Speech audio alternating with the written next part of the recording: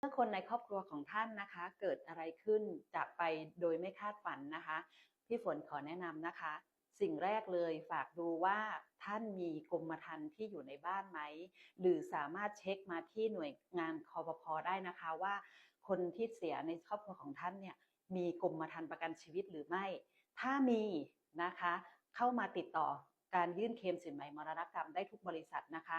เอกสารนะคะที่จะใช้ยื่นมรณกรรมนะคะ1คือกรมธรรม์นะคะ2คือใบมรณกรรม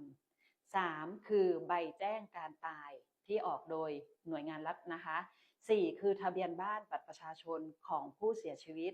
5คือทะเบียนบ้านและบัตรประชาชนของผู้รับผลประโยชน์อย่าลืมเช็คดูกรมธรรม์ของท่านนะคะว่ามีไหมเพื่อที่จะได้รักษาสิทธิ์ตรงนี้